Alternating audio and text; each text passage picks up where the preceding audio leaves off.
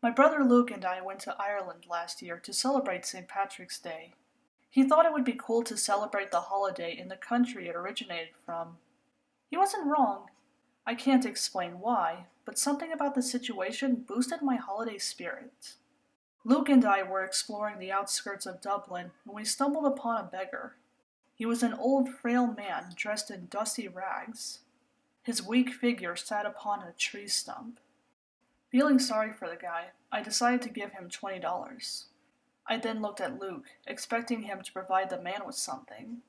He dug into his pockets, only to shrug. "Are you kidding me?" I demanded. "You forgot your wallet again?"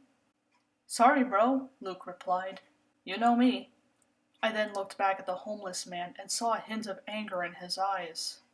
I dragged Luke away to get us out of that awkward situation. When we got back to our hotel room, I told Luke off for his carelessness. I then told him to give the old man some money before we returned home. Luke scoffed, saying that I'd already donated, so it's not necessary. It was getting late, and my brother and I went to bed. I was fast asleep when something woke me up. I thought it was Luke snoring. I turned my head in his direction and saw a silhouette standing between our beds. When my eyes adjusted to the darkness, I recognized the figure. It was the beggar from before. I was about to get up and ask him what he was doing there when he turned to me. I froze in fear when I saw the homeless man's face. His skin was decomposed and white lights replaced his eyes.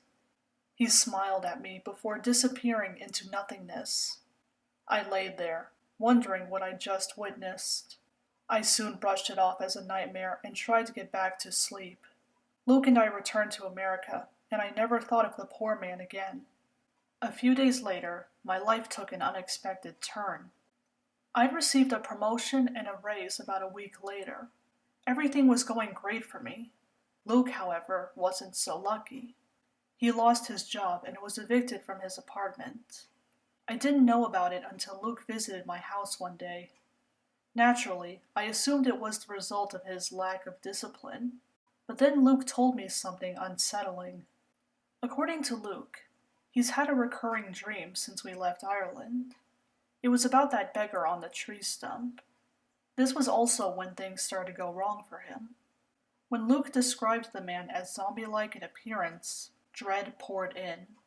Luke began to have these dreams around the same time I got that promotion. Could this be a coincidence? I told Luke that I saw the beggar in our hotel room. The only thing we could think of doing was Googling Irish zombie. At the time, I felt silly doing so. But then I found something that made sense of everything.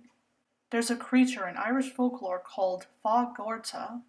It's a corpse-like spirit that can grant good or bad luck. If you donate money to one, you'll be blessed with good fortune. But if you don't, you'll have the exact opposite. Luke looked at me with wide eyes. I knew what he was thinking. Before all this happened, neither of us believed in the supernatural. But after everything that's happened, this couldn't have been a coincidence. Luke and I are currently looking for ways to lift the curse on him. For now, he's staying in my place until we sort this out. At least my brother has finally learned to be more disciplined.